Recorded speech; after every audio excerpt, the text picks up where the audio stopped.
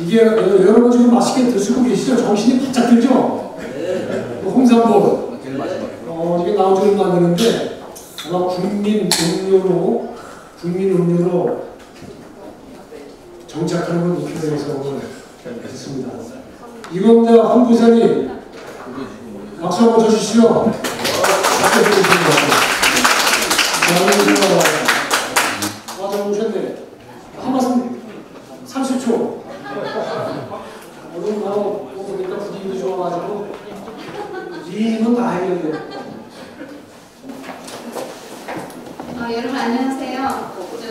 테이블 위에 있는 이 홍삼물은 저희 삼대인이라는 백두홍삼 주식회사 현재 KLPGA 한국 여성 골프 10년 이상 저희가 점프토하고 드림토 후원했던 회사입니다. 근데 저희가 이 홍삼물이라는 에너지 음료인데요. 저희가 5년 만에 나온 레시피예요. 근데 이제 저희가 정기적으로는 국민 음료로 하려고 나왔습니다. 여기에는 무카페인이고요. 안내에 보면은 헛개도 들어있고 홍삼이라는 어린이 함량의 0.165가 들어가 있습니다. 그래서 아이부터 어른까지 누구나 즐길 수 있는 그런 에너지 음료입니다. 그래서 학생들도 좋고요. 특히나 젊은 친구들한테 저희가 겨냥해서 만들었습니다. 그래서 현재는 대통령실 매저매드 스타트가 되어 있고요. 그 다음에 저희 남편이 현재 국가대표 감독입니다. 감독하고 국가대표 선수들도 먹고 있습니다. 그러니까 이거는 이미 검증된 그러한 제품이기 때문에 안심하고 드셔도 됩니다. 앞으로 저희가 이제 TV 광고도 나갈 거고요. 여러분들 좀 많이 애용해 주시고 마트나 나중에 편의점이나 들어갔을 때 여기서 들었던 그런 홍삼물이구나 꼭 기억을 해주시고 많이 찾아주시기 바랍니다. 이거 드시면은요 애가 팍 섰습니다.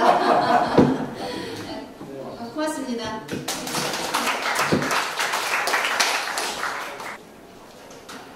우리 안찬희 박사님은 한국에 오셔서 아주 명문대학교에서 고려대학교 졸업하시고 건국대학에서 정치학 박사를 하셨고 컬럼비아 대학 투비 교수, 버지니아 대학 논문학자 워낙 여러 가지가 뛰어나시기 때문에 국내적으로 활동을 많이 하셨고 국방부 정책자문위원 지난번에 가서 한번 만난 적이 있는데 정말 왕성하게 하시는데 이거 큰 박수로 모셔주시죠.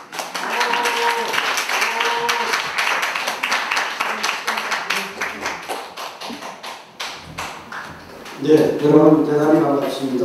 오랜 시간 기다렸는데 가장 중요한 건 시간을 잘 지키는 거라고 생각합니다. 제가 말씀드리고자 하는 것은 김칠주 회장님께서 말씀하신 대로 북한의 급변 사태, 이거 멀리 있는 것 같지만 그렇게 멀리 있지 않습니다. 최근에 한두 달 전에 평양 근교에서 대폭발이 일어났고 이런 뉴스가 나왔죠. 네. 물론 이것은 NCND 확인도 부인도 되지 않을 것이지만 뭔가 있었길래 이런 일이 일어나지, 그렇지 않다면 일어날 수 없고, 그러니까 북한의 급변 사태는 항상 준비되어 있는 것이다. 자, 94년 김일성이 사망했을 때 북한은 경제적으로 급삭 주저앉았습니다. 그 이후에 북한은 한 번도 일어난 적이 없습니다. 북한의 권한 회복은 지금도 계속되고 있습니다. 자, 사회주의 존재하지 않습니다. 장마당 형제의 등장으로 북한의 새로운 세대가 부각됐고, 북한의 군에 지금 120만 군인 중에 다 젊은 이 장마당 세대가 나와서 총을 잡고 있기 때문에 이들은 언제든지 북한에 대한 세력이라고 생각합니다. 그리고 이제 북한에서 붕괴 요인들을 보면 여러 가지가 있죠. 경제 파괴, 또 국방비 과다 지출, 또 과다한 병력 유지. 그래서 이 지키는 자를 누가 지키는가? 이 군에서 흔히 던지는 질문입니다만은 상당히 북한은 지금 1200국 GDP 캄보디아와 비슷한 경제 수준에 있는데 아마 캄보디아에도 배고픈 사람은 없지 않겠는가? 자유는 있다. 그러나 북한은 배가 고프고 자유가 없기 때문에 저 하나의 한 컷의 사진으로 북한 문제는 설명할 수 있고, 최근에 북한이 7.27 정전협정 70주년을 맞으며 이런 소위 무인기를 공개했습니다.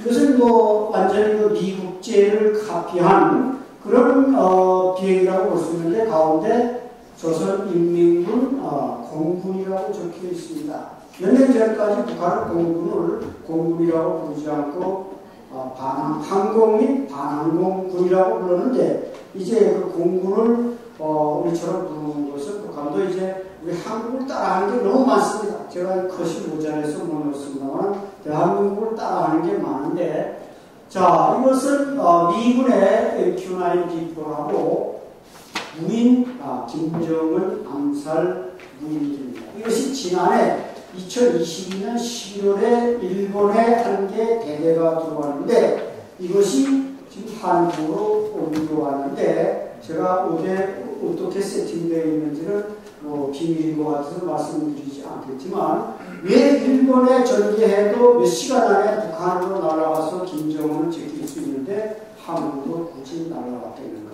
그만큼 북한의 그런 사태는 다가오고 있다고 해도 과언이 아니다. 이 말씀을 드립니다. 그럼에도 북한은 뭔가 여유를 보이기 위해서 이렇게 최근 2년 동안 연속 골프 대회를 조직을 했습니다. 북한의 골프 인구가 얼마나 되겠습니까? 골프장이 몇 개나 됩니까? 바로 레귤러 골프장, 저 남도시에 있는 평양 골프장 단 한 개밖에 없습니다. 18호짜리. 그 외에 양각도에 무슨 나이너짜리 하나 있고 금강산이 좋은 거 우리가 만들어줬는데 잡초 기술자 들어보고 그런데 보십시오. 자, 이 골프를 하는데 선수가 5명에 캐디가 3명입니다. 그리고 그러니까 뭔가 준비돼 북한은 굉장히 선전선동에 준비된 모습인데 왜 저 드라이버를 들고서 좀 있어서 찍으려면 많은 사람들이 뭔가 좀 어색합니다. 잔디는 축구장 같고 잔디는 축구장 같고 북한의 흠잡자는 여기에 끝이 없겠습니다만 자 북한의 붕괴 요인들은 여러 가지가 있습니다. 군부대가 본래 사명에서 벗어나 공사와 노력도 공개됩니다. 또 최악의 군민관계 지키는 자를 누가 지키는가. 자 북한군이 바로 이 모습이 진짜 모습입니다. 대한민국 국군을 훈련하고 정기적인 교육을 받고 휴가를 가고 북한군은 보통 9년 10년 복무하면서 계속 저 작태를 보이고 있는데 과연 저 군이 전쟁을 제대로 할 수 있을지 이 사진은 대단히 중요한 사진입니다. 여러분이 꼬맹이 하나 앞에 놓고 찍으면 북한의 군부 상층부가 아니겠습니까? 이렇게 생각하시지만 그런 사진이 아닙니다. 저 사진은 바로 군부 4인방이 김주애에게 충성하는 모습을 보여주는 사진입니다. 북한은 74년 김정일이 2대 세습 등장할 때도 군부가 다음 후계자를 지지하는 모습을 저런 식으로 보여줬는데 자, 제1축에 황병서 차수입니다. 최근에 주석단위가 나오죠. 두 번째가 정경택 북한군 총정치국장 군서열입니다. 세 번째가 강순남 국방상. 이 북한도 2년 전까지 인민무역부장이라고 했다가 이제 국방상으로 이름을 바꿨습니다. 왜? 대한민국이 국방상이라고 그러니까 우리도 국방상으로 부르자. 그래서 바뀌었는데 제일 마지막이 박수일 대장 총참모장입니다. 근데 지난 7.27에 행사를 잘못해가지고 목이 잘려서 지금 저 사람은 나와 떨어지고 이영길 차수가 다시 총참모장으로 올라왔는데 이 사람은 벌써 총참모장을 지금 3번째 하고 있습니다. 우리 대한민국에서 합참부장을 한 사람이 3번 하면 난리가 나겠죠. 그래서 이 세 사람이 군부 3인방 황병서를 빼고 이 세 사람들은 철저하게 황병서의 지시를 받도록 만들어 놓고 군부가 이렇게 기여주는 게 중요한 거다. 이런 얘기입니다. 자, 대한 세력은 누구인가?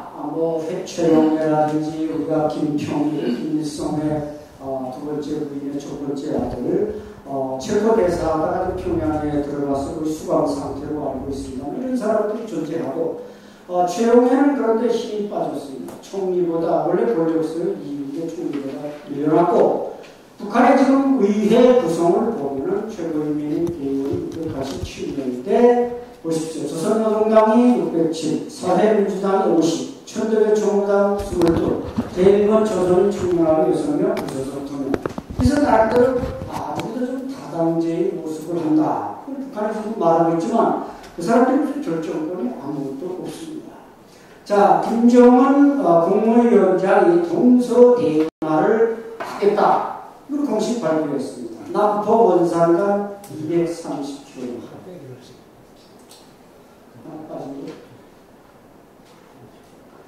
그러니까 이제 그 북한의 급변사태 대비 방안에는 국제법적으로 보호받겠다. 북한. 그래서 지난 7월 초에 김여정이가 대한민국이라는 표현을 2번 쓰더니 또 그 다음에 강순남 국방상이 지난 7.27 열병식 그 김일성 광장에서 소련, 러시아, 중국 그 대표단이 마련돼서 또 대한민국이라고 했습니다. 이건 무슨 말입니까? 과거로 대한민국이라면 까무라칠 것처럼 두려워하더니 그걸 공개적으로 쓰는 것은 이제 각자 살자. 국제법적으로 자신들의 열세, 경제적 또 군사적 열세를 국제법적으로 보호하겠다. 그러니까 다른 나라니까 예를 들어서 대한민국이 북한을 흡수하려고 한다면 유엔군이 와서 지켜달라. 뭐 이런 장한 계획이 있는지 이렇게 저 북한이 달라진 모습을 보이고 있다. 그리고 이 대운하를 지난해 김정은이가 최고인면에서 발표했는데 자, 이 여기에는 무슨 의도가 있을까요? 김일성이 이미 1952년도에 대운하를 파라. 그래서 김일성 종합대학 지식인들한테 검토를 지시했는데 다 가능하지만 낭림산맥을 뚫을 수가 없습니다. 그래서 실패로 돌아가는데 김정은이가 다시 파라 그랬다는 거죠. 여기는 제가 볼 때는 중국의 차관 제공이 어느 정도 약속되지 않습니다. 그러니까 일반 지역을 파는 건 북한은 지금 전술핵 대체하고 전방에 1군단, 5군단, 2군단 병력 한 10개 사람만 빼가면 230km 뚫는 거는 아무 문제가 없습니다. 문제는 그 낭림산맥을 뚫는 건데 여기에는 많은 기술, 자재 이런 것이 필요한데 아마 중국이 뭔가 그 차관 제공을 약속하지 않는가 이런 생각이 드는데 그것을 이 동서운하를 뚫어놓으면 우선 북한으로서 중국으로서는 북한이 동북 사성으로 되는 자연지리적 조건을 마련하고 또 이 대운하를 파놓으면 대한민국의 장관 무력이 북한으로 들어가는 것을 막을 수 있는 소위 난공불락의 요새를 만든다. 뭐 이런 이제 나름대로 군사적 계산도 깔려 있겠습니다만 아직 삽질을 시작하지는 않은 것 같습니다. 자, 급변사태는 어떻게 대비해야 될까요?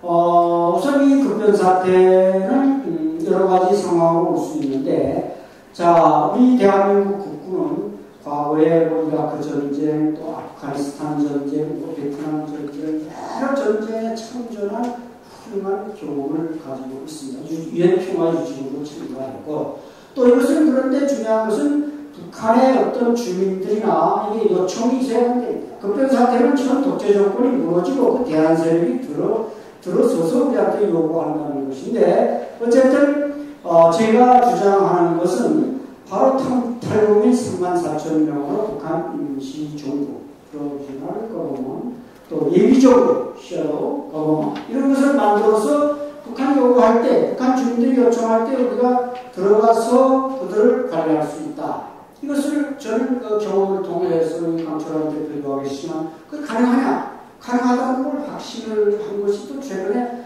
하루 건너편에 우리 대한민국 또 세계 최고 교회의 순복음교회가 있는데 여기 현재 600명이 넘는 탈북민들이 나오고 있습니다. 대한민국 교회에서 최대 규모로 나오고 있는데 이분들이 나올 때 보면 참 선물을 하나 준다 그러면 질서정연하게 줄을 서서 선물을 잘 받아가는 겁니다. 왜 그런가 가만히 보니까 그분들이 다 40, 50대 이상으로서 북한의 배급지에서 살던 사람들입니다. 그러니까 북한의 배급지가 있을 때 사회가 아주 질서정연했죠. 배급 탐험하려고 가서 줄을 잘 서서 배급 잘 타냈습니다. 자, 오늘날 북한의 급변사태가 왔을 때 우리 대한민국에는 쌀이 남아돌고 물질적으로 얼마든지 북한 인민들을 유인할 수 있는 유인책, 물질적인 수단들을 충분히 가지고 있습니다. 따라서 국위 실적을 너무나 잘 알고 북한의 각 지역에서 온 탈북민들이 돌아가서 자기 지역에서 그런 관리를 잘해주면 급변사태는 충분히 민주사회로 이전하는 수단을 활용할 수 있다. 우리 한국인 경우 그러니까 여기서 이제 우리 정부가 탈북민들을 잘 준비해서 활용해달라. 현재도 함경북도나 평안북도, 양강도, 자강도, 분동남도, 심지어 개성까지 탈북민들이 돈을 붙이면 100% 전달이 됩니다. 100%라는 게 그 액수를 말하는 게 아니라 액수는 도로코가 좀 띄워먹고 보이온이 띄워먹고 하니까 한 60%나 하면 잘 가는 형편이지만 어쨌든 여기서 탈북민이 100만원 붙였다. 이러면은 북한의 가족한테 한 60만원이 들어간다고 할 때, 자, 우리 돈, 우리 1달러가 북한에 가면은 이 암시장 가격으로 거의 한 8,000원이 됩니다. 북한에서 대학 교수 한 달 월급이 5,000원입니다. 근데 대학 교수 월급보다 많은 1달러, 이게 한 달에 60달러씩 북한의 가족들에게 들어간다고 생각을 해보십시오. 이뿐이 아닙니다. 탈북민들은 언제든지 가족과 전화를 할 수 있고, 정보를 교환할 수 있고, USB를 교환할 수 있고, 그렇기 때문에 탈북민들이 그 대안세력이 될 수 있다. 그런 말씀을 드리고, 자, 북한이 또 남침으로 후방이 공간화될 경우 그들에게 즉시 무기나 자금이나 이런 것을 배분해서 북한 정부를 교란시키는 방법이 하나 있고, 또 북한 교란을 위해서 평소에 제3국을 통한 네트워크를 마련하고 지속적으로 관리해 나간다. 이것은 우리가 우리 강철환 대표님도 그렇고 과거에 실제적으로 해왔고 지금도 하고 있는 북한 변화 관리에 중요한 요인들입니다. 그러니까 이제 좀 더 구체화해 보면 디테일화 시킨다고 하면 탈북민들로 각 도별 책임자 또 시군별 책임자 이런 것을 임명해서 행정력을 준비한다는 것이죠.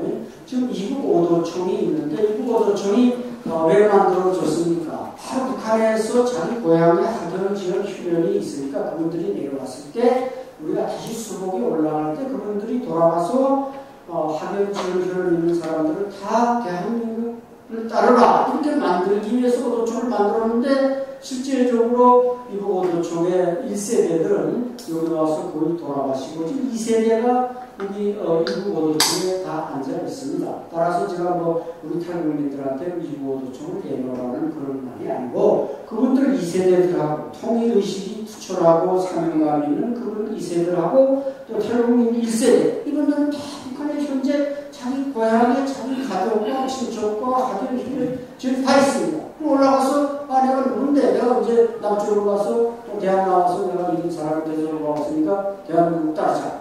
그럼 지금 북한의 20대 30대 젊은 세대들은 한류 열풍에 매료돼가지고 남한의 드라마를 남한의 영화를 우리 대한민국의 20대 30대보다 더 많이 볼까 말이죠. 그러니까 이미 정신적으로는 이남화가 다 완성이 되어 있습니다. 따라서 여기 물질적인 공급 체계를 가지고 투하해서 이끌면 얼마든지 우리가 유인할 수 있다. 그런 말씀입니다. 자, 마무리 들어가면은 북한의 급변사태. 제가 급변사태 중에 한 가지 딱 빼놓은 게 있는데 이건 조금 불투명하기 때문에 말씀을 안 드렸습니다. 뭐냐면 백두산 화산 분출에서 북한에 언제든 대재앙이 올 수 있다. 이건 우리가 여러분도 공감하는 거 아닙니까? 김정은이가 지금 백두산 준비라고 백두혈통이라고 계속 저렇게 3대 세습을 하는데 백두산으로서는 상당히 기분이 나쁜 일이라 이거죠. 그렇기 때문에 백두산이 화산을 터뜨려서 북한 주민들이 물론 당하면 안 되겠습니다만 어쨌든 저는 3대 세습이 끝나야 통일이 되든 뭐가 되지 3대 세습이 건재하는 한 통일은 절대 안 되는 것입니다. 자, 한류열풍 말씀드렸고 가장 중요한 것은 한국전쟁 시기에 남북한의 점령 정치 이거 우리 육사 나오신 우리 김칠주 회장님이나 또 다른 교수님들도 많이 공부하셨겠지만 북한은 남침을 해 내려오다가 또 올라갈 때 우리 대한민국의 국민들을 많이 죽였습니다. 좌우파에 의한 학살도 있었지만 또 북한에서도 우리 군이 올라갈 때 북한은 지금 신천박물관이 만들었고 또 미군이 죽였다는데 미군과 국군이 지금 압록강 두만강 점령하는 데 목적이 북한 사람을 왜 죽입니까? 자기네들이 죽이고 또 내려올 때도 또 교도소나 이런 데서 조금 학살이 있었던 것은 사실입니다만 실제로 북한은 최근에 많이 밝혀지고 있습니다만 우리 경찰 가족이나 군인 가족이나 이런 우익 인사들을 우물에 빠뜨려 죽이고 총살해 죽이고 생매장하고 이렇게 했습니다. 그러니까 점령 정치라는 게 북한이 남한 내려와서도 공산당은 좋은 사람이라고 이런 이미지를 주고 가셔야 되는데 절대로 공산화돼서는 안 되겠다. 이런 인식만 심어주고 갖고 우리 국군 역시 북한을 빨리 점령하려고 하다 보니까 그 민사행정을 좀 잘해서 북한 주민들을 포섭하고 이래야 되는데 그럴 겨를이 없다 보니 북한 주민들에게 대한민국의 체제로 우리가 만들어야 되겠다는 이런 인식을 심어주지 못한 뼈아픈 한국전쟁의 교훈이 있다. 따라서 그런 교훈들을 우리가 잘 살펴서 앞으로 북한을 얼마든지 대한민국의 국력은 지금 북한의 40배 아닙니까? 1960년대만 해도 북한이 우리에 비해서 국력이 4배가 앞서 있었습니다. 근데 74년에 국력이 역전돼가지고 현재 대한민국의 국력은 북한의 40배입니다.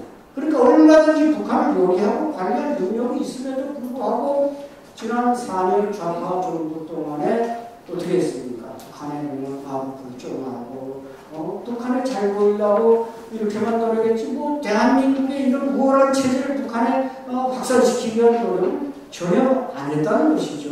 그래 지금 요즘 일본의 폐오염수로 인해서 많이 저기가 괴롭습니다만, 근데 우리 야당은 지금 북한의 핵 문제에 대해서는 입도 꾹꾹 안 하면서 필수 문제는 또 핵보다 더 무섭게 지금 반응하고 있는데 참 이런 것들을 제가 볼 때는 우선순위가 뭔지 국가안보가 뭔지 좀 간과하고 있지 않은가. 이것만 마치겠습니다. 자, 우리 국방부나 정보기관들이 TF를 만들어서 북한 국변 사태를 심도하게 연구하고 대비해야 된다. 물론 대비하고 있습니다. 제가 김칠주 회장님도 국방정책장관님이시지만 국방부나 이런 거 다 대비하고 있는데 우리 국민 여러분께서 또 우리 사회 지도층 인사 여러분께서 이런 문제 공감하고 밀어주고 활용해서 우리가 적어도 빠른 시간에 북한이 통일돼서 북한에서 굶어 죽고 맞아 죽고 이런 일이 없어지도록 그래서 한민족이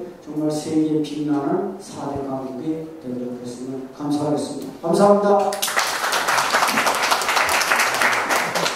지금 안 박사님께서 말씀하셨는데 탈북민들을 가족으로 둔 북한 주민들 왜? 한 달에 몇만 원씩 보내주니까 아주 상당히 잘 살고 남북 통일되면은 또 지금 여러 가지 역할을 하실 분들이기 때문에 남북 통일되면 우리 탈북민들이 이제 북한에 가서 중요한 직책도 많이 수행하시겠죠. 그러면 지금 이제 탈북민 가족들하고 아주 어려운 겪었는데 빨리 통일되면 그분들이 이제 북한의 주도세력이 되지 않겠나. 그래서 한날 혈통이라는 경우가 생겼는데 어떤 통일이 빨리 와야 되겠습니다. 오늘 좋은 말씀 해주셨고 특히 제가 주제에서 박사님도 말씀하셨지만은 여러분 걸프전 이라크전에서 미국 CIA가 잘 아시겠지만 그 네트워킹을 조성을 해서 사전에 친미 이 반군 세력들의 이메일 주소를 알아서 이메일로 지정을 했다는 거 아닙니까? 이메일. 제가 저녁 때 이런 얘기를 많이 했어요. 우리 국가정보원 또 정부사, 기무사 이런 데서 북한의 우호적인 주민들의 네트워킹을 조성을 해서 뭔가 준비를 해야 된다. 근데 이제 모든 조직이 마찬가지지만 대한민국은 결국은 지휘 감독이 있어야 됩니다. 지휘 감사부터 관심을 갖고 하라고 하지 시키지 않은 짓은 잘 안 하거든요. 그래서 이제는 대통령께서 통일에 대해서 관심을 많이 가지시기 때문에 분위기가 서서히 되는 것 같습니다. 그럼 지금부터 토론을 할 텐데 토론을 준비하시는 사이에 지금 좌정을 하시겠습니다. 발사분들 다 올라와 계시고 토론자도 올라와 주세요. 지금까지 이렇게 한 이유는 이 파워포인트 화면이 이게 앞에 있어가지고 뒤에서 앉아 계시기가 좀 불편해서 지금까지는 이제 발표자만 이렇게 나오셨는데 이제 토론자가 질문을 하셔야 되니까 다들 앞으로 나오시죠. 이현 박사님은 국민대학교 정치학 박사 저하고 같이 동문 수학을 하는 아주 우수한 인재입니다. 사단 자체장로도 하셨고 군단 자체부장도 하셨고 또 한국단장도 하시면서 많은 역할을 하셨고 지금 이제 여주대학교 군사학부 교수로 아주 오랫동안 하시면서 책도 많이 쓰셨어요. 전쟁에 대해서 쓰셨고 특히 이제 동서독의 통일, 군사통합 이 문제가 주된 박사님 논문이신데 이런 분야에 아주 전문이십니다. 소위 대한민국의 통일 준비하는데 군대에서 뭘 준비할 것인가 그래서 많은 연구를 하시는데 오늘 좋은 말씀 부탁드립니다. 자, 우리 김철조 회장님으로부터 소개받은 다음 분이 있습니다. 여주대학교 김주현 교수입니다.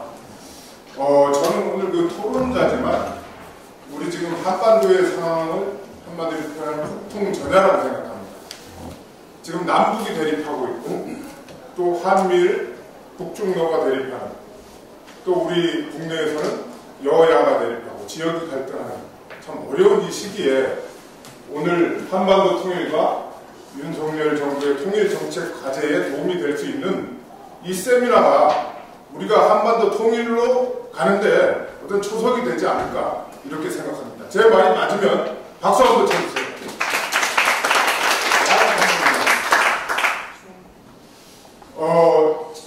제가 그 박사과정 준비를 하면서 논문을 뭘 쓸까 고민하다가 오늘 독일 통일의 기원과 한반도 그 통일에 대해서 발표하신 그 김동명 박사님의 독일 통일 그리고 한반도의 선택의 책을 보고 제가 논문의 어떤 틀을 구성하고 또 논문의 어떤 이론을 결정하는 그런 과정이 있었습니다. 한 5번 그때 읽었고요. 이번 토론을 준비하면서 또 한 번 다시 정독을 하고 왔습니다. 결론은 뭐냐면 이 책은 김동명 박사님이 현장에서 통일 전 후를 보고 느낀 것을 세월이 한참 지나서 정리를 해서 팩트 위주로 정리를 했기 때문에 정말 그 적용할 수 있는 책. 아까 김동명 교수님이 한 20분 하셨는데 200분 해도 부족한 책이 저는 이 책이라고 생각합니다.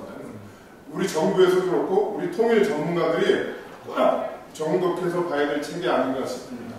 이 책을 통해서 느낀 건 뭐냐면 통일은 독일 통일이 하루아침에 이루어진 게 아니라 연속적으로 계속적으로 준비했기 때문에 됐고 또 이 책에서 김동명 박사님이 강조하는 것은 파워의 중요성. 여기서 파워라는 것은 국력 그리고 권력을 쥐고 있는 당시의 총리, 국방장관 등 엘리트들이 어떤 신념이 있었고 독일의 소독의 힘이 있었기 때문에 통일이 되지 않았나. 그래서 이러한 데 기초를 두고 논문을 정리해서 우리의 그 동서독 통일 과정에서의 우리 남북한 군사통합과 관련된 논문을 썼습니다. 다음.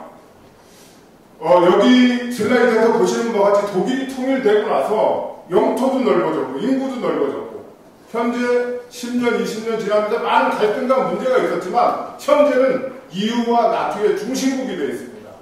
자, GNP, GDP 2위, 4위를 하고 있습니다. 독일이 많은 통일 후에 갈등과 문제가 있었지만 많이 해결되고 세계의 중심국으로서 유럽의 중심국으로 되고 있다는 겁니다. 자, 이걸 볼 때 우리도 당연히 통일을 해야만 지금보다 더 강한 대한민국이 되지 않을까 이렇게 생각을 합니다. 다음, 우리 김동명 박사님께 제가 질문 한번 하겠습니다.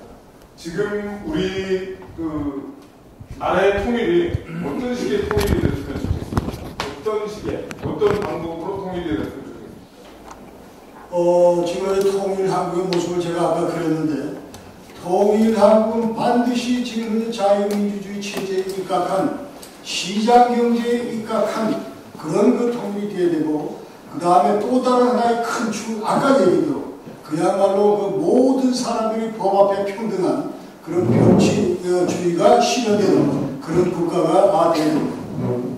네, 말씀 잘 들었습니다.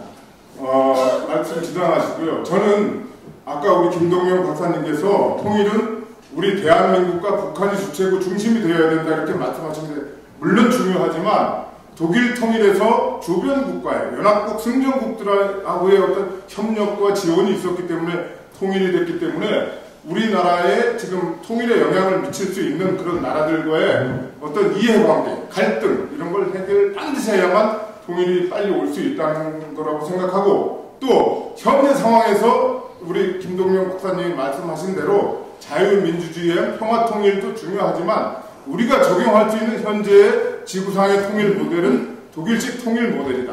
그러나 정치적, 경제적, 사회적, 지리적 모든 여건이 다르기 때문에 거기에 대한 추가적인 연구가 필요하다고 생각하고요. 또 독일 통일이 성공할 수 있었던 것은 군사통합이 체계적으로 잘 됐기 때문에 정치, 경제, 사회, 문화 모든 통일이 잘 될 수 있었다고 생각합니다. 그래서 우리나라가 지금 동서독하고는 여러 가지 군사통합을 논하기에 문제가 많지만 그래도 우리가 남북한 군사통합에 대해서 아주 연구를 많이 해야 되고 아까 안찬일 박사님께서 말씀하셨지만 통일이 지금 MZ 세대 같은 경우는 통일 필요 없다. 우리 대부분의 국민들은 통일을 해서 뭐해 이런 생각을 갖고 있는데 아까도 말했지만 북한의 급변 사태가 2, 3년 안에 이루어질 수도 있다고 그렇게 말씀하셨습니다. 이런 외에도 우리가 좀 잘 대비를 해야 된다고 생각합니다. 제가 우리 안찬일 이사장님께 한번 질문 한 가지 드려도 될까요? 통일이 언제쯤 될 것 같습니다. 됐으면 좋겠습니다. 네, 북한의 핵무기가 이제 거의 뭐 배치 단계, 전술핵 배치가 전선에 배치되고 있고 전선 사단들을 후방으로 빼는 대비 변경이 시작됐는데 이렇게 되면 많은 그 젊은이들이 후방으로 들어갑니다. 그럼 난 그 사람들이 정말 김정은 체제를 바꿀 수 있는 하나의 혁명 세력도 될 수 있다. 그런 측면에서는 한 4, 5년 안에 통일은 될 수 있다 생각합니다. 자, 여러분 4, 5년 안에 통일이 될 수 있답니다. 그럼 여러분 시간이 있습니까? 없습니까? 우리 시간이 없습니다. 엄청 바쁩니다. 준비해야 될 게 많습니다. 4, 5년 후에 통일된 모습 생각해서 우리 박수 한번.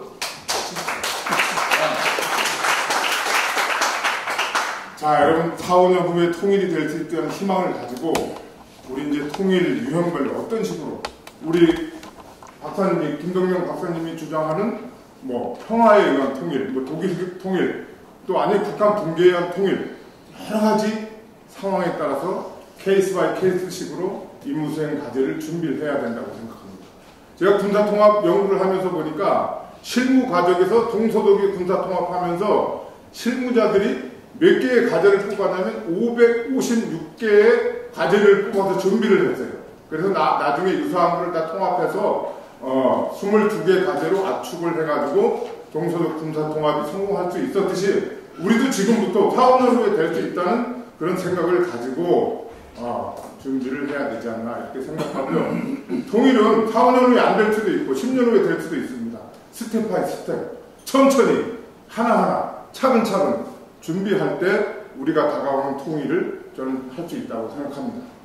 자, 그리고 이제 제가 엄청 강조하는데 제가 지금 자유총연맹에서 강행하나도 아닙니다. 우리 전 국민을 대상으로 통일에 대해서 가슴 뛰는 통일에 대해서 강연하러 다니는데 가장 안타깝게 생각한 게 지금 우리 남북한 통일준비위원회 박근혜 정부 때 해가지고 거창하게 막 준비하다가 없어졌어요. 문재인 정부 초기에 이게 없어졌는데 저는 이거 빨리 우리 윤석열 정부에서 이어받아가지고 남북한 통일준비위원회가 발족이 되고 체계적으로 추진을 해야 되지 않나 이렇게 생각합니다. 다음, 자, 우리 여러분들 통일하면 한마디로 표현하면 뭐라고 할 수 있습니까? 우리 같이 대학원 다녔던 우리 박범진 교수님 혹시 있나요? 자, 그러면 우리 교수님 통일을 한마디로 표현하면 뭐라고 말할 수 있겠습니까? 통일을 한마디로. 지역적, 인구학적, 사회적 다 통합이죠. 네, 통합입니다. 통합. 근데 그거보다 더 강동한 건 즐거움입니다. 즐거움. 독일이 통일돼서 8개국의 국경을 맞대는 강대국이 더 강대국이 됐듯이 우리가 통일되면 더 강대국이 될 겁니다. 세계 10대 경제 강국에서 통일되고 10년, 20년, 30년 만에 4대 경제 강국이 되고 우리 지금 군사력 6인데 더 강한 나라가 될 수 있습니다. 그러면 즐거움이 우리 국민들한테 엄청 많이 생길 거라고 저는 그렇게 생각합니다. 여기에서 우리 그 발제 내용에 대한 통일을 그 세 가지 요인을 좀 참고하시는데 동서독이 국력 차이가 많이 났지 않습니까, 박사님? 그런데 가장 큰 문제가 무엇이었으며 남북한 통일시의 극복 방안이 뭔지 그거 한 가지라고, 세 번째 독일 통일 30년이 지난 현재에도 이 교수님 책에 보면 20년 20살 독일 얼마나 컸나 그랬는데 내부적으로 문제가 이런 게 많이 있었거든요. 30년이 된 지금 얼마나 내적 갈등과 이런 갈등 해결이 됐는지 두 가지만 제가 질문을 드리겠습니다. 네, 아주 좋은 발표, 또 좋은 토론. 전 강의하시는 것에 뭐 질문을 막 하셔가지고 저한테 질문하지 않고 걱정했습니다. 네, 김 목사님 답변해 주시죠. 박수 한번 주시죠. 네. 지금 그 질문하신 게 큰 어려움이 뭐였나 이제 통일 당시에 얘기를 하는데 사실 큰 어려움이 없었습니다. 왜 없었냐 하면 자, 동독 정부가 앞으로 너희들 어떻게 통일할래? 자, 이 문제 관련해서 우리가 그 동독 같은 경우는 이제 두 개의 큰 초이스가 있었는데 하나는 서독의 기본법 23조에 의한 통일, 그리고 두 번째는 146조에 의한 통일, 이 두 개가 있었는데 23조는 뭐냐 하면 우리 동독 고객주가 당장 너희들 밑으로 무릎 꿇고 법을 기어서 들어가되니까 제발 우리를 좀 받아달라 하는 거예요. 오케이? 그 다음에 146조는 뭐냐면 1대1로 이제 그 동등한 차원에서 자, 그러려면 헌법도 새로 만들어야 되고 그 다음에 재헌회도 새로 구성해야 되고 뭐 어느 천년을 지금 하겠냐 이 말이에요 지금 이제. 동독 지도부가 그 당시 생각이 자, 이거 당장 지금 현재 소련도 있고 그 당시에 자, 중국의 눈초리도 있고 하기 때문에 자, 기회가 왔을 때 빨리 하자. 그래서 23조에 의한 결정, 우리 동독국외주가 당장 들어가는 순간부터 서독의 기본법을 허용받겠다 이 말이에요. 그렇기 때문에 모든 통일이 일사천리로 됐다 하는 얘기를 할 수 있어요. 그러니까 지금 경제 분야 무슨 뭐 사회 분야 정치 행정 군사 사법 할 거 없이 전부 다 서독은 너무 쉬워 통일하기가. 왜? 동독이 전부 무릎 꿇고 우리 밑으로 들어오기 때문에 아예 그냥 나래비를 세워가지고 우리 입맛대로 전부 동독을 요리하면 된다 이 말이에요. 특히 그 군사통합 같은 경우도 아까 제가 잠깐 말씀드렸지만은 90년 10월 3일이 독일 통일날인데 90년 10월 2일부로 자정부로 전부 해산을 시켰어요. 그러니까 군사통합 같은 경우는 자, 독일 서독 국방부가 동독 군인 하나도 없어. 물론 그 중에서 이제 과연 어떤 저 병력은 과연 누구를 우리가 선발하지? 무기 체계는 어떤 걸 우리가 쓰지? 뭐 이런 거 완전히 책상에다 깔아놓고 우리 서독 연방군 입맛대로 전부 요리했다 이 말이에요. 그렇기 때문에 자, 그것도 그렇고 모든 것들이 다 그런 식이야. 그러니까 전부 서독 정부가 다 이렇게 해주죠. 그런데 아까 우리 김 교수님 말씀하셨지만은 자, 초기에는 모든 것들이 그래 인프라나 모든 것들이 전부 일사천리로 2, 3년 내에 통일을 전부 다 됐는데 지금 33년이 언제 33년 됩니다. 33년이 됐는데 지금 와서 보니까 아직도 경제 분야, 사회 분야 여기는 서독 지역하고 비교할 때 80고지를 못 넘습니다. 경제 생산성도 그렇고 주민 소득도 그렇고 뭐 GDP도 그렇고 80고지를 아직도 못 넘어. 그러니까 통일 초창기에 자, 이제 동독 정부 인수하면서 급격하게 이 커브가 올라가다가 95년도, 96년도 그때부터 지금까지 계속 평행선만 그리고 있어요. 왜 그러냐, 그럼 도대체. 완전 한마디로 구동독의 그 어떤 이런 기업들, 국영기업들, 이런 걸 전부 민영화하는 과정에서 동독 업체들이 다 죽어버렸어요.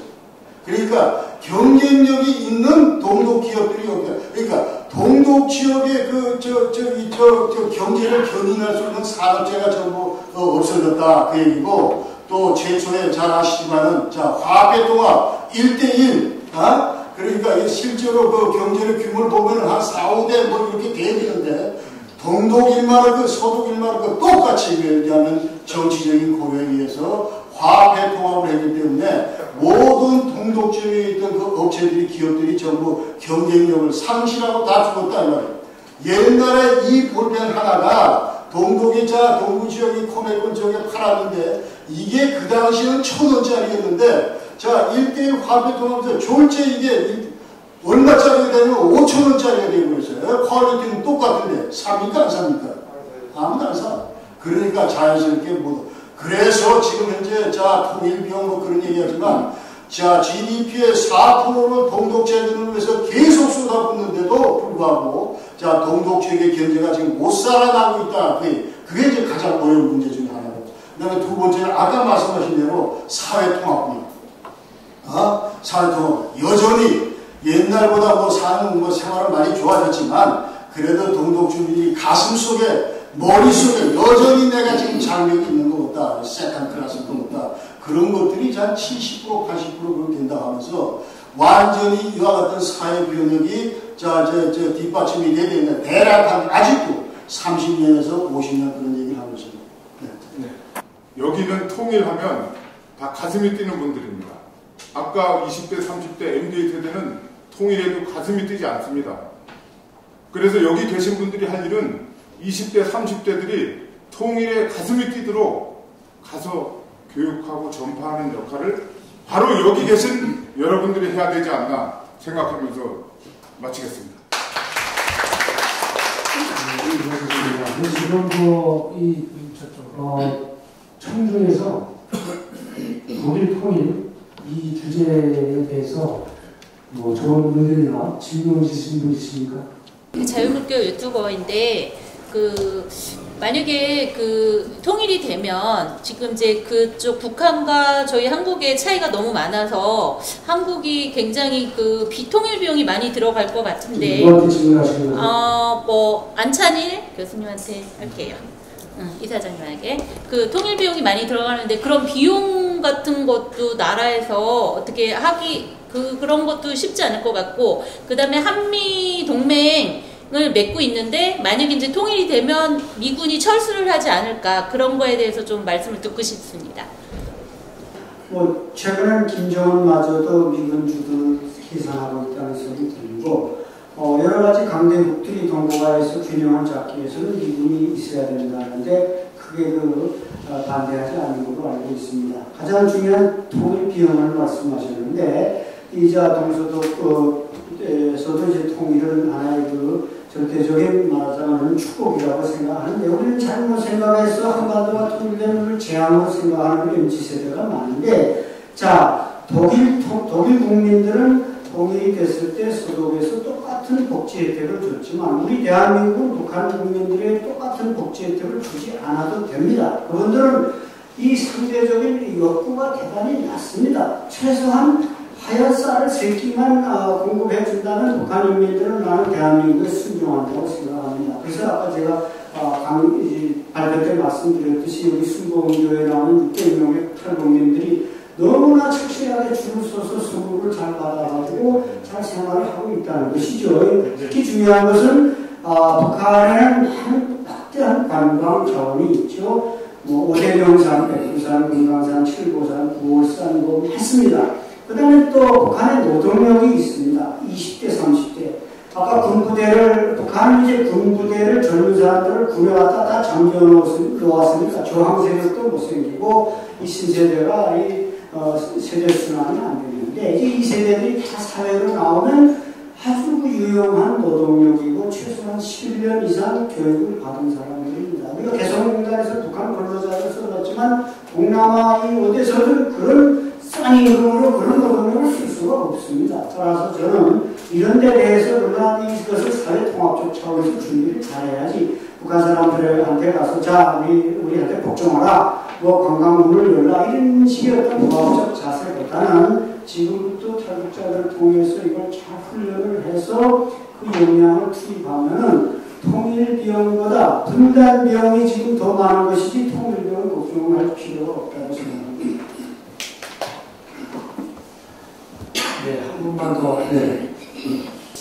전원기는 서울 시민이고요. 그런데 그분이 뭐라고 그러시냐면은, 북한이 핵을 사용할 수 있는데, 그게 자기들의 체제가, 김정은 체제가 무너진다, 이러면은 사용할 수 있다는 겁니다. 그러니까는, 우리가 냉철하게 보셔야죠. 북한의 뭐 장마당 세대가 반기를 들면은 네?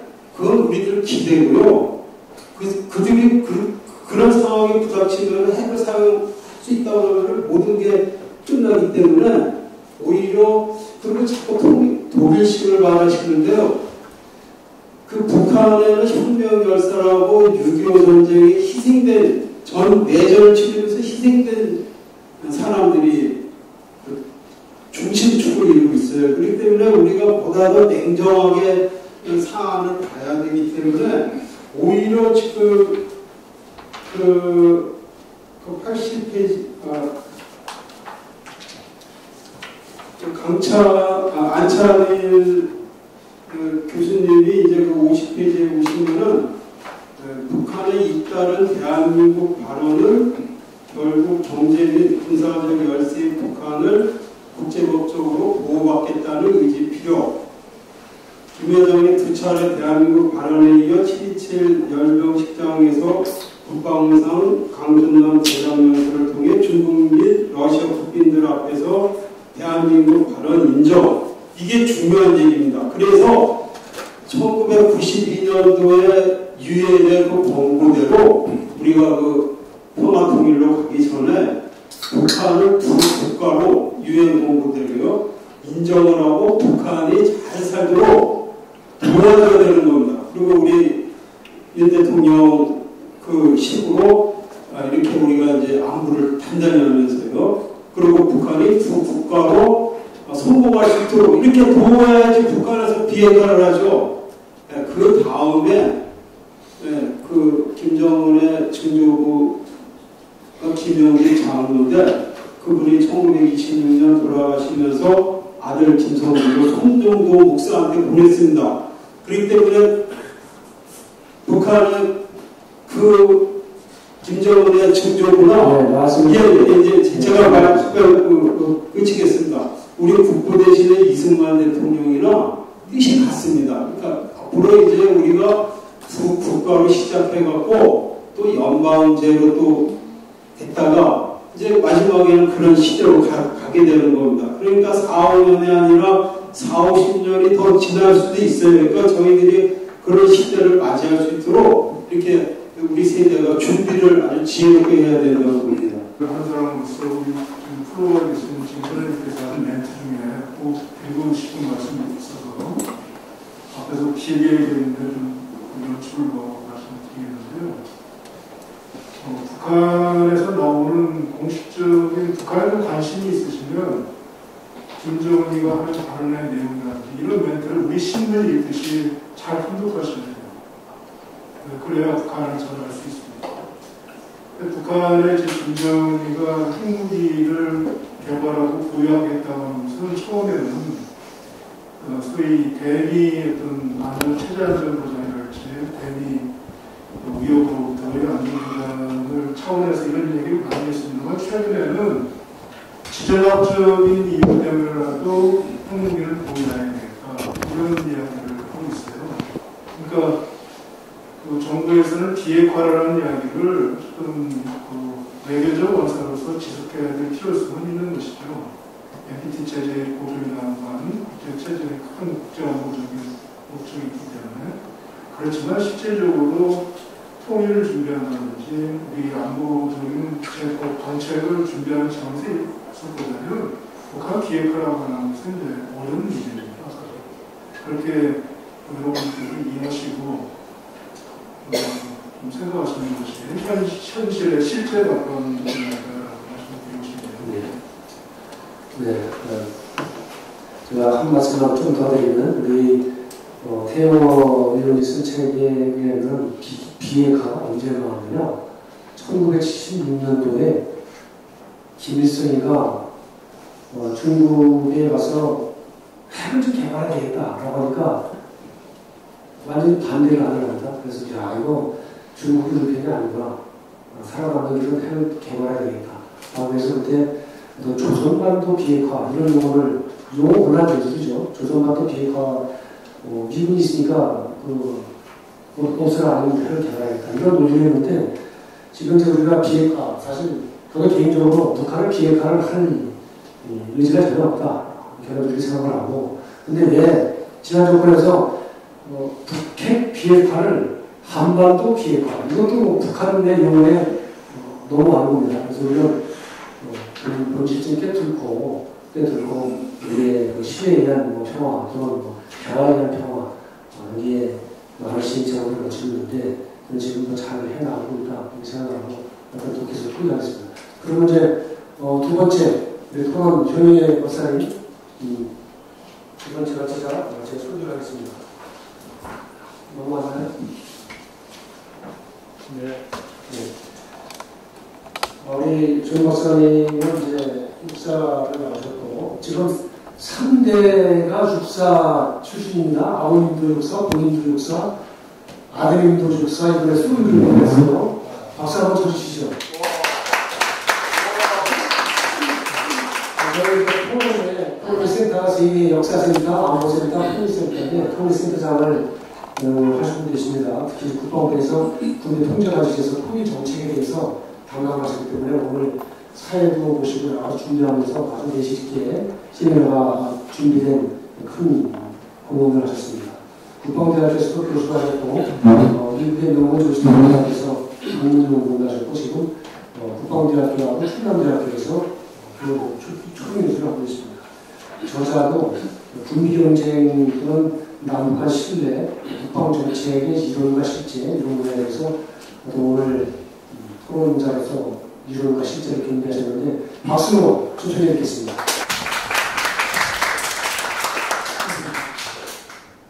예, 용하다 용의 현용입니다.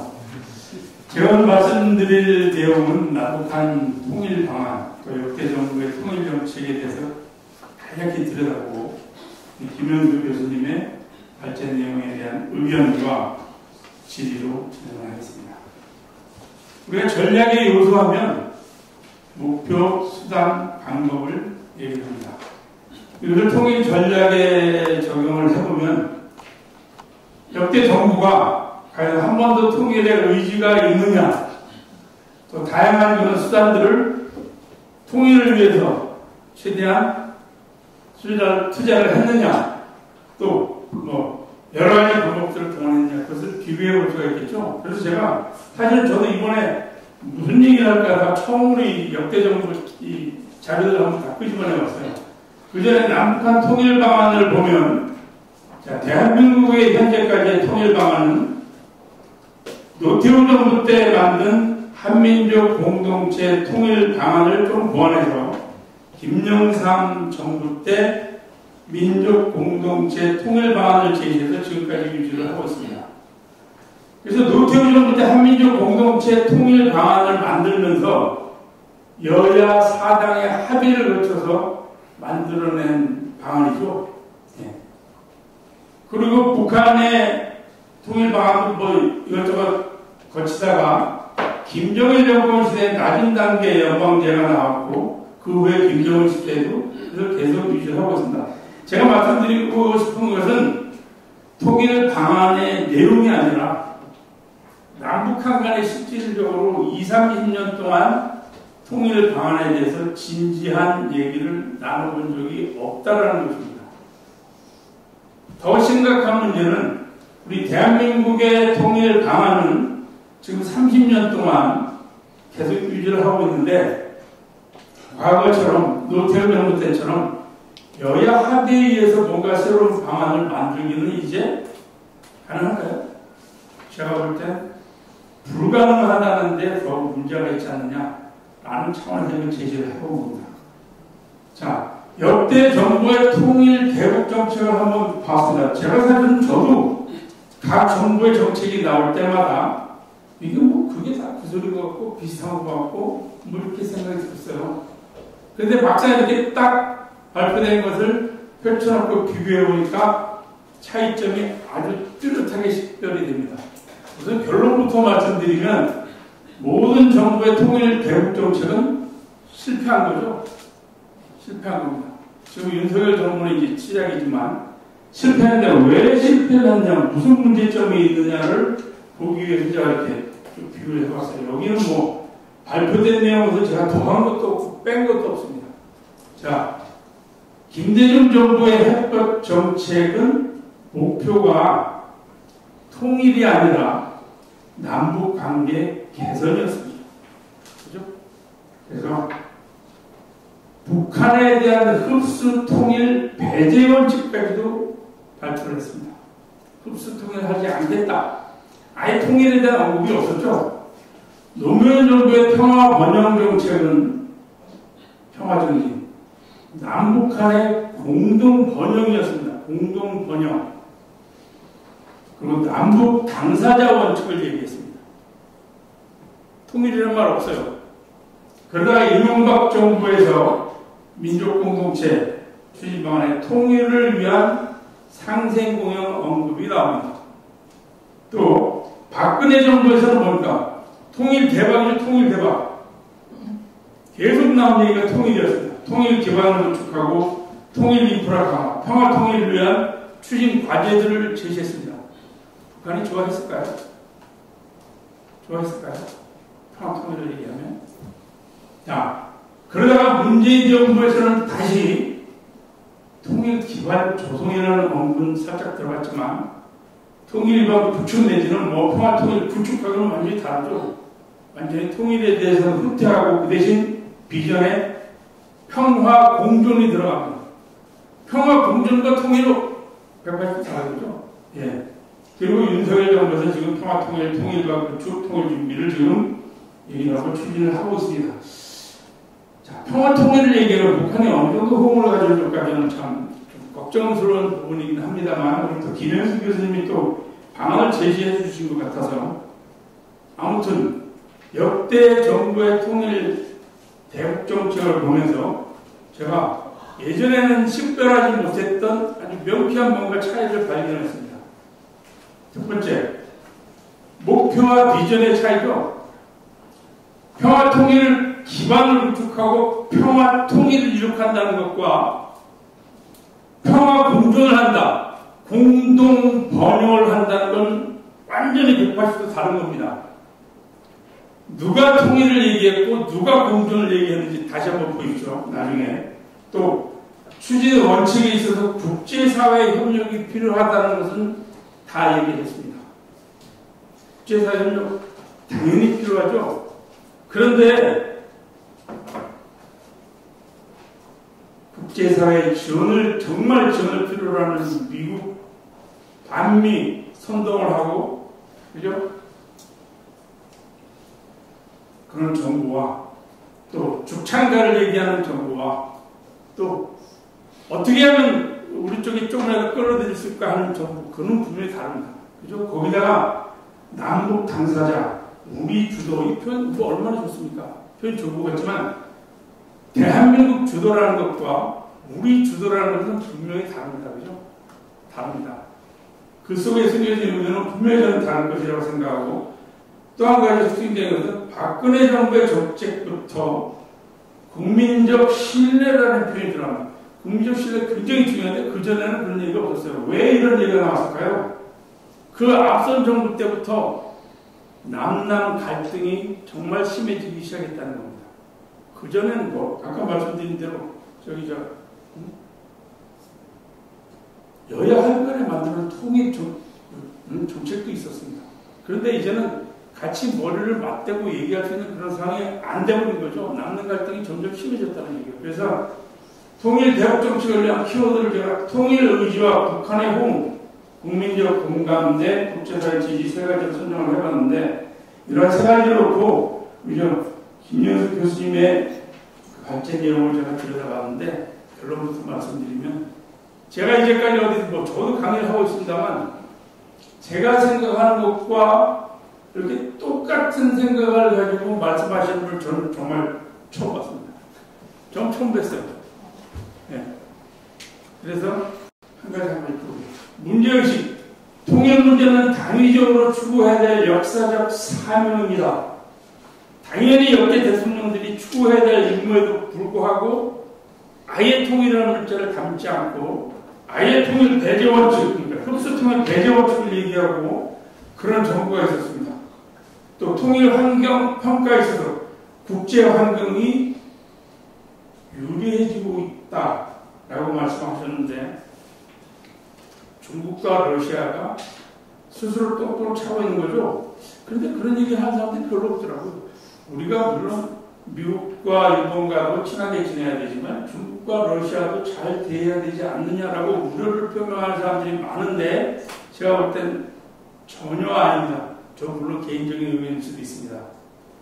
중국과 러시아가 공산체제를 유지하는 한 우리가 아무리 공을 들여도 북한을 지원할 수밖에 없습니다. 그런데 그런 데에 대해서 공을 들이고 정말 공 들여야 될 때에서는 엉뚱한 그건 아니죠. 한반도의 역사는 중국 대륙이 혼란스러울 때 더 용성해졌습니다. 제가 볼 땐 중국이 점점 더 이상한 방향으로 나가는 것을 보면서 저는 솔직히 좀 그래도 안심이 되는 그런 상황으로 가고 있지 않느냐라고 생각하고 아까 김명명 박사님께서 독일 통일에 있어서 역대 서독의 정치인 중에 훌륭한 분들도 언급을 하셨지만 저는 그 이전에 독일 통일의 결정적 계기는 소련의 몰락이었습니다. 소련의 몰락이 있었기 때문에 또 다른 정치가들의 그러한 활동들이 있었기 때문에 가능했다라고 봅니다. 그래서 저는 쓸데없이 시진핑과 푸틴에 연연할 필요 없습니다. 오히려 중국, 러시아 국민들의 마음을 사로잡을 수 있도록 해야죠. 예. 마무리. 예. 미일 통일 지지 세력으로서의 견인 노력 필요합니다. 아까 말씀드린 대로 정말 반미의 선동, 죽창가가 아니라 어떻게 하면 그분들을 더 그 세력들을 끌어들일 수 있는 노력을 해야 되겠죠. 북한 환경에 있어서도 잠재적 체제 균열을 위해서 증가하고 있어서 엄청 증가하고 있습니다. 거기에 북한을 대화로 끌어들일 수 있는 방법은 우리가 마구 갖다 퍼줘서 가능한 것이 아니라 결정적인 아주 힘의 우위가 있을 때 가능합니다. 역대 군비 통제가 이루어진 사례를 보면 힘이 팽팽할 때 군비 통제 협상이 이루어진 경우는 없습니다. 미국과 소련, 미국과 러시아 간에도 그랬고 그래서 우리가 아주 절대로의 힘을 유지하고 하면 북한이 스스로 굴복해서 들어오게 되지 않을까. 통일 인식, 제도, 자원, 의지 공감합니다. 그래서 힘들더라도 정치인들은 계속 공감대 형성을 위한 노력을 해야 되고 그런 와중에 정말 이 공산주의 세력을 뽑아야죠. 건전한 진보, 그죠? 북한 주민들의 보편적 인권을 옹호할 수 있는 진짜 진보 세력을 키우기 위해서는 가짜 진보를, 좌익 세력을 박멸해야 됩니다. 그렇지 않습니까? 예. 그래서 제가 김현수 교수님 잘 말씀하셨지만 저는 특히 일본의 지지가 굉장히 중요하다고 생각하는데 지금 표면적으로는 엊그제 삼국 정상회담도 하고 하면서 달라진 것 같긴 하지만 제가 볼 때는 아직 마음속으로는 아닐 수 있습니다. 그래서 정말 일본도 우리 편으로 끌어당길 수 있는 좀 더 구체적인 방안이 있다면 그렇게 말씀해 주시고 쉽지 않지만 남남 갈등을 해소 내지는 줄여나갈 수 있는 방안이 있다면 고견을 주시면 감사하겠습니다. 첫 번째 일본의 지지도를 제고시키는 방안을 보면 참 쉽지 않은 문제인데 그래도 중국과 러시아보다는 같은 이념의 정체성을 공유하기 때문에 우리 편이다라는 생각을 갖는 게 좋겠다라는 생각을 해요. 그래서 문재인 대통령께서 정치적인 큰 결단을 내리셨는데 통일이라고 하는 것은 굉장히 고독한 일입니다. 언론사에 논술에서 이런 말씀을 하셨는데 정말 그 말이 굉장히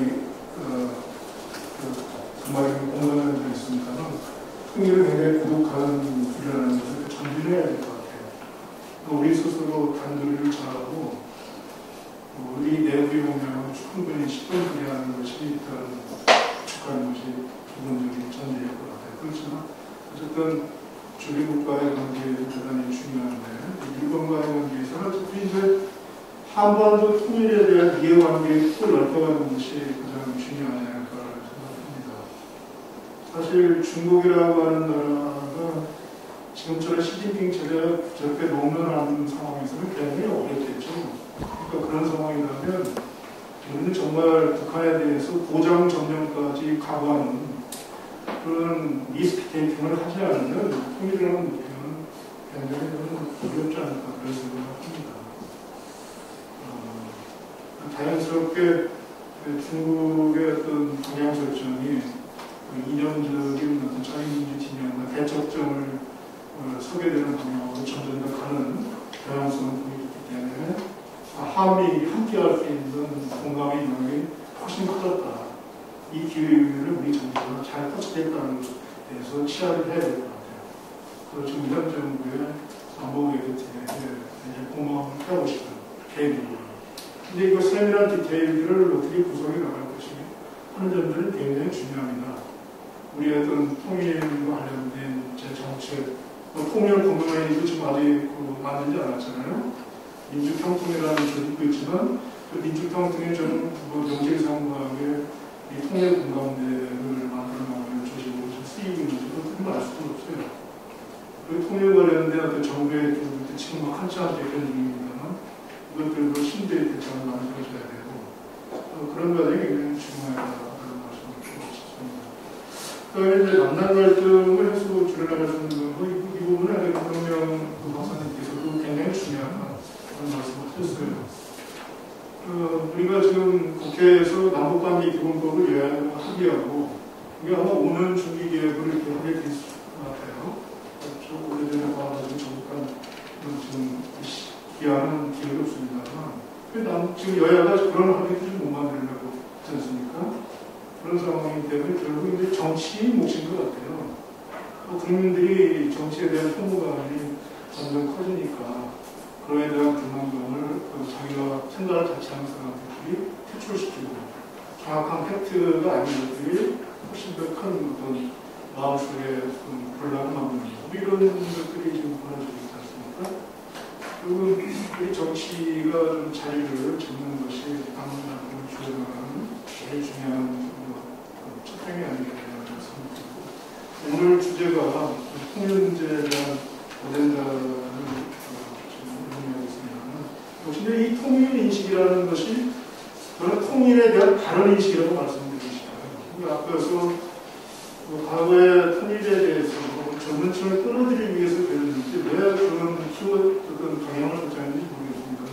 경제논리적으로 접근한다는 말이죠. 통일 비용이, 통일 대가. 그 비용이 많이 들어가면 안 할 겁니까? 뭐 이런 질문이 역질문이 들어올 수 있잖아요. 그걸 뛰어넘는 문제라는 어떤 통일에 대한 다른 인식이 필요하다는 거예요. 그래서 저는 새롭게 통일 교육을 세팅해야 되지 않느냐라는 생각이 들어요. 그래서 오늘 이 자리에 계신 회장님이나 주변이 이번에 이제는 뭘로 오시죠? 우리 분들께서 공유하신 것처럼 일단은 군에서 저는 시작했으면 좋겠어요. 군에서. 군 장병들, 군 각국 교육기관에서 통일에 대한 다른 인식을 심어주는 아주 촘촘한 노력들을 하게 되면 이것이 사회적으로 확장되지 않을까라는 기대를 가져옵니다. 제 스스로도 그런 노력을 하려는 생각을 갖고 있습니다.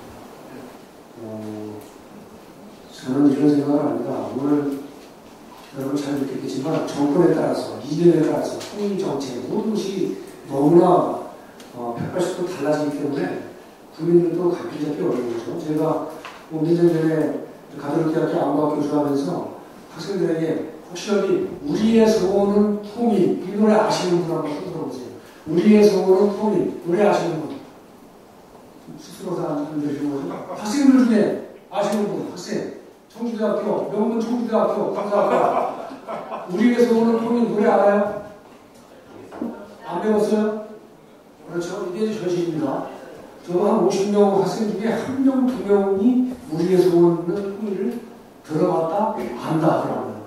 그래서 정말 국가적으로 자꾸 기부를 만드는 것도 필요하겠지만 현재 있는 제도 내에서 교육을 시키고 공감을 형성시켜 나가고 자꾸 경제 논리보다는 우리 같은 역사적인 소유의식, 사명의식 이걸 어떻게 구체화할 것인가. 맨날 사명만 강조한다고 되는 것도 아니고 하나씩 구체화하는 그런 지혜가 필요할 것 같습니다.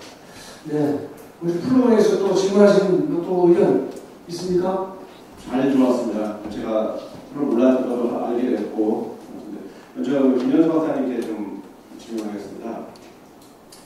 김현수 박사님은 국제환경 요소나 북한의 요소가 통일에 유작에 적용한다라고 말씀하셨는데, 저는 좀 달리 좀 생각을 하고 있습니다. 미국과 중국의 현재 이런 그 냉전 체제, 실신적인 체제를 얘기하는데 갈등이 계속 지속될수록 통일은 어렵다. 왜냐하면 중국에 있어서 북한 지역은 정말로 성남 치안의 관계로서 어떤 굉장히 중요한 그 지역입니다. 그래서 한국에 의한 통일이 된다면은 중국은 굉장히 강력한 미국이라는 걸 직접 국교선을 맞대는 그러한 위험이 있기 때문에 절대 한국에 의한 통일은 원하지 않을 것이라는 생각을 합니다. 그래서 현재 이 국기전대가 과연 이렇게 통일되는 게 맞는 것인가 하는 의심이 생기고, 또 북한도 마찬가지. 제 개인적인 이해는 이미 북한이 핵을 거의 완성하기 완벽하게 미국까지 보낼 수 있는 핵을 가지게 된다면 북한이 이 핵을 가지고 딜을 하게 될 것 같습니다. 우리 안철수 하나님께서 말씀하신 게 북한은 하루 세끼 먹을 것만 서버만 줘도 그 제도에 복종할 필요를 말씀하시는데, 북한이 핵을 완성한 상태에서 어느 정도 여유를 가지고 북한이 먹는 걸, 먹고 사는 것을 해내해 준다면 우리가 북한 체제도 공부해주고 그런 상황이 되면 아무리 보내는 어려우실 것이 아닌 것이 개인적인 판단입니다. 그 또한 두 번째 질문할 게, 말씀하신 대로 한다면 90년대가 우리 대한민국이 통일할 수 있는 가장 굉장히 좋은 기회였습니다. 북한은 완전히 그때 중국과는 몰락했고, 북한은 중국과의 관계가 굉장히 안 좋았어요. 그때 중국이 이제 누가 가까워지면서 굉장히 어려운 상황이었었는데 우리는 그 시기를 놓쳤습니다. 그 시기를 왜 놓쳤는지 그에 대해서 좀 말씀을 해주셨으면 감사하겠습니다. 이상입니다. 신냉전 시대 때는 중국이 미국과의 독보적으로서의 북한의 어떤 전략적인 평가를 과거보다 더 높일 수 있는 가능성이 있기 때문에 그것도 분명 의미 있는 생각이 듭니다. 제가 아까 서울대에서 전제했던 것처럼 중국이 방향을 성실하는 쪽으로 지금 전반적인 중국의 정책 방향이 흘러가고 있다는 것이 우리로서는 위안을 삼을 부분이고, 거기에서 기회 요인이 열리고 있다, 이렇게 말씀드릴 것 같아요. 중국이 방향을 성실하고 있다. 등석병 시대 이래 자적인 후진타오까지 이어졌던 중국적인 병시화평의 실용주의가 사라지고 이데올로기적인 관점에서 대내 정책을 규정하고 있는 시진핑 체제의 어떤 소위 권위주의가 심화되는 것으로 인해서 중국이 앞으로 굉장한 어려움을 겪게 될 가능성이 높다라는 점이죠. 거기에 더해서 우크라이나 사태로 인해서 러시아의 어떤 내부의 어떤 심각한 내분이 촉발될 가능성이 굉장히 있고, 그래서 전반적인 중로의 권위주의 축을 흔들 가능성이 있다는 것이죠. 그럼 내부에서 어려운 상황에 직면했을 때 북한을 동시에 흔들 가능성이 대단히 높다라는 생각을 가져요. 그래서 김정은이가 잘못 판단하고 있는 것은 바로 이 부분이라고 합니다. 어쩔 수 없는 짓은 몰라요. 김정은이로서 가능성 때문에. 우리가 굉장히 아직은 이 사람이 넉넉한 경험이 없기 때문에 이런 상황에서 스스로 벤치마킹할 수 있는 사례는 굉장히 부족해요. 그러니까 김정은이는 핵의 어떤 무신성의 신화 속에 계속 갇히게 되면서 이 권위주의 축과 이런 데를 심화시키는 쪽으로 지금 가고 있는 거죠. 이것이 어렵게 하고 있는 거예요. 상당히 김정은의 딜레마를 높일 가능성이 대단히 있고, 스스로 이걸 돌파할 수 있는 역량을 김정은이가 가질 수 있을까, 저는 여기에 대해서 약간 회의적인 생각을 갖고 있습니다. 시간 보면 더 많이 설명할 수는 없을 것 같고요. 이 부분을 그렇게 말씀을 드릴 수 있을 것 같고, 그다음에 1990년대에 그 공안행위관의 기간 동안에 왜 우리가 통일교회를 놓쳤느냐? 그걸 준비를 안 했기 때문이에요. 당시에 김영삼 정부의 그 비서실장에서 박관영 실장, 저는 이분이 뭐 직접 대면한 적도 있고, 굉장히 이 시대의 흐름을 보시는 분이 표가하시더라고요. 말씀을 들어보면. 당시 그래서 김일성이가 죽고 나서 우리 관련 기관에게 북한에서 그런 상황이 났을 때 당신네들 준비한 게 뭐냐? 가져오라 했더니 뭐 아무 준비한 게 없다는 거예요. 그래서 부랴부랴 뭐 이렇게 나섰다는 거죠. 수십 년 동안 북한과 이렇게 대치하면서 엄청난 정보 자원을 쏟아붓고 그랬음에도 불구하고 준비된 게 없었다는 거예요. 그 이후 지금 30년이 지났어요. 저는 비슷하다고 봐요. 안찬일 박사님께서 뭐 국방부니 관련 기관에 또 준비가 됐고 하지만 저는 그렇게 생각하지 않았습니다. 그래서 제가 직접 통일부 일을 해봤기 때문에 스미테리라고 하는 미국의 코리안 아메리칸 굉장히 유명한 학자가 포르네피아라는 그 학술지에 쓴 내용을 들여다보면 우리 통일부가 완벽하게 통일 준비가 되어 있습니다. 이렇게 써 있어요. 그래서 그냥 그걸 목표로 있었거든요. 간단히 그렇게 말씀드리니까. 네, 수고하셨습니다. 박수 한번 주시죠. 네. 질문은 해보겠습니다. 2013년에 데니스 로드만 연구단 총책임자고요. 그리고 60주년 전쟁협전 미국 대표단 데려간 총책임자입니다. 그 후에 남과 북관계는 안 하고 미국 조미관계만 해왔는데 그것이 끝나고 나서 북한 정부에서 이성근 외무성장, 그 다음에 박철 아태평화위원회 부위원장, 그 다음에 김영철 그분이 이제 인민군 전책총무국장 했었죠. 이분들이 이제 미팅을 했습니다. 그 데니스 로드만 미국을 보내고 나서 그러면서 남북 관계를 풀어달라고. 그래서 그 다음 해에 2014년 2월 12일하고 14일에 두 번이나 미팅이 있었어요. 남북 평원적 회담에. 그때 북쪽에서는 여태까지 없던 북한의 3부서에서 다 나왔어요. 이성근 대사가 나왔죠. 그 다음에 권동연 한국관계 전문가, 그 다음에 박희영 대표, 지금 현재도 판문점 대표로 있는데 이 사람들이 이제 끌어내가지고 한국 방문했는데 한국 측에서는 제가 한국은 잘 모릅니다. 한국 측에서는 김규현하고 여러분이 나왔는데 김규현 씨가 지금 현재 국정원장이잖아요. 이걸 갖다가 내가 그때 통일부에다가 어떤 제안을 했냐면은 이 남북관계 하더라도 무슨 목적이 있어야 될 거 아니에요. 이슈가 있어야 됩니다. 그게 바로 이제 동북공정이거든요. 그리고 두 번째는 뭐냐면은 백두산 화산 분출 국제 컨퍼런스. 이 두 가지를 갖다가 이제 부탁해서 이제 내가 제안을 했어요. 그래서 역사관계를 먼저 이슈를 가지고 움직이자고 남북관계. 근데 통일부가 무시해버렸죠. 왜? 내 이름은 들은 적이 없거든요. 내가 절대로 언론 뿌리도 안 하고 조용히 움직이는 사람인데 아무튼 어쨌든 간에 이번에 북쪽에서 지금 조미관계 하려고 굉장히 노력하고 있어요. 바로 그건 뭐냐면 트럼프 대통령과 인간관계. 그래서 지금 트럼프 대통령이 작년에 11월 15일 날 제3번째 이제 재선 출마한다고 발표했거든요. 그분이 되기 위해서 북쪽의 대표단이 미국 가게 됩니다. 그거 지금 현재 진행 중인데 내가 왜 거기에 대해서 관심을 많이 갖냐면 작년에 11월 달 때문에 또 김정은과 트럼프 대통령의 회담. 근데 이번에 내가 좀 두려웠던 거는 윤석열 대통령이 워싱턴 DC 방문해가지고 워싱턴 디클러레이션도 있고 그 다음에 또 이번에 한미일 관계도 있고 그러나 지금 이런 상태에서도 일본은 모든 외교관, 미국 대미관계 외교관들이 전부 교체했습니다. 왜? 트럼프 시대의 사람들로.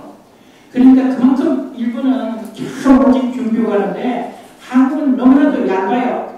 그리고 아는 것도 없고 지금 세계가 움직이는 게 신세계 질서라고 자꾸 이야기하는데 미국 외교협회하고 영국의 로열 인스티튜트 오브 인터내셔널 어페어라고 해가지고 왕실 국제문제연구소가 있어요. 이 두 군데가 세계를 지우고 있어요. 근데 지금 바이든이 진짜 이 사람은 좋은 사람은 아닙니다. 나는 미국 사람이기 때문에 내가 이야기하지만은 그러나 이 속에 우리가 말려 들어가면 안 돼요. 그리고 될 수 있는 우크라이나 케이스는요, 민주주의 차원을 도와주지만 절대로 무기 같은 건 아닙니다. 그리고 러시아도 가깝게 해서요, 러시아에 좀 이름 있는 사람 내가 많이 알고 있는데, 그분들도 그럽니다. 우리 옛날에 발의 땅을 우리 한국 사람이 와서 그가 대단한 그 사람이 누구냐면 블라디미르 소라라는 사람입니다. 소라. 이 사람이 러시아의 사회문제 분석 연구실 실장이에요. 이 사람이 뭘 했냐면 2005년에 코리안 매니페스토. 그건 뭐냐면 대한민국 사람들은 괜찮다고요. 중국 사람처럼 먹으려고 네 것도 내 거고 내 것도 내 것도 중국 사람 멘탈리티거든요. 그래서 한국을 굉장히 좋아해요. 그래서 한국이 그 연해주를 점령해가지고 해주길 바라는 그걸 내가 많이 정보를 가지고 있군요. 그리고 한국의 방산산업이 발달한 이유도 다음에 특강을 한번 볼 텐데 이제 마무리하시죠. 제가 잠깐